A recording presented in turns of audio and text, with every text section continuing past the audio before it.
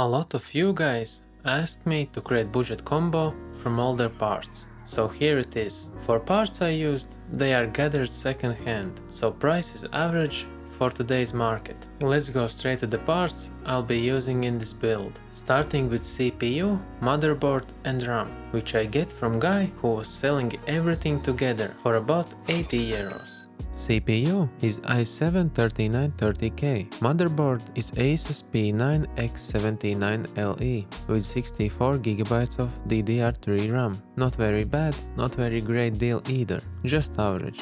Guys, I already hear some of you who is bragging about 64 gigs of RAM, but guys, that's DDR3, 1600 MHz RAM. Not only it's old, but slow as well. For case, I will be using case who was just laying around in my house. Basically, cheap Chinese case. Let's say that you can grab it for about 10 euros. As for the power supply, I get this Corsair CS450M semi-modular power supply used for 5 euros. I will say that it was a great deal. Next up is storage. Well, hard to say, but I grabbed this Patriot burst 120GB SSD from my spare Optiplex 390. I will say that this SSD is not worth more than 10 euros in second-hand market.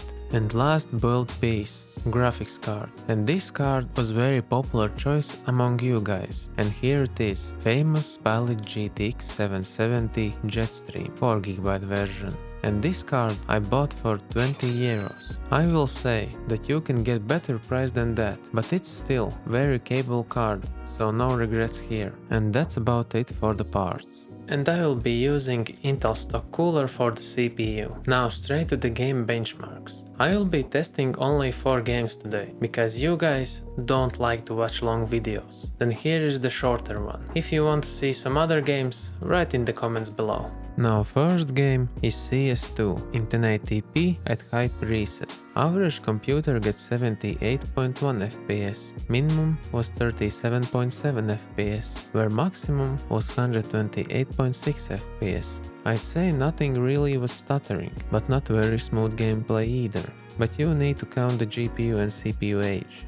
Next up is PUBG in 1080p medium preset and in DirectX 11 enhanced. Average frame rate was 79.9, minimum was 53.2 FPS and maximum was 103.6 frames per second. I will say that in PUBG limiting point was GPU. If I would upgrade it, I would be looking towards GTX 1660 Super. That would greatly improve FPS here. As for the CPU, it ran PUBG without any problems. Just for future, I would be looking towards to upgrade CPU cooling, but that's all. But GTA 5 in 1080p and all settings set to high and games set to DirectX 11, average frame rate was 86.7 FPS, minimum just 73.1 and maximum was 106.9 FPS. Here I can only add that PC ran GTA 5 stable without any drops or stutters. As for the last game, I chose a bit more demanding game, Battlefield 5 in 1080p but low settings preset,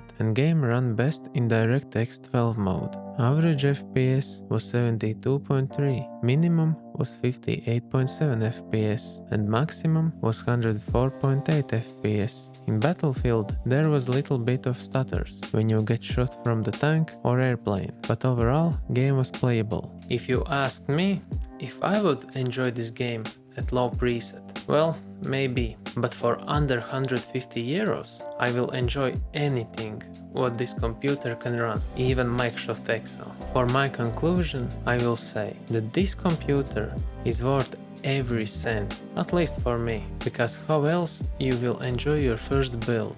Because there's something about when you build cheap shitbox what is not really exactly shit. But for those who are looking forward to build something together on budget, I will say that as from Intel side, this is not really the worst build you can get. But for the money, I think AMD has a bit better options. But that's for different video. And now, thanks for watching, and if you think that this video is worth something, click a like button and comment. But now, see you in the next video.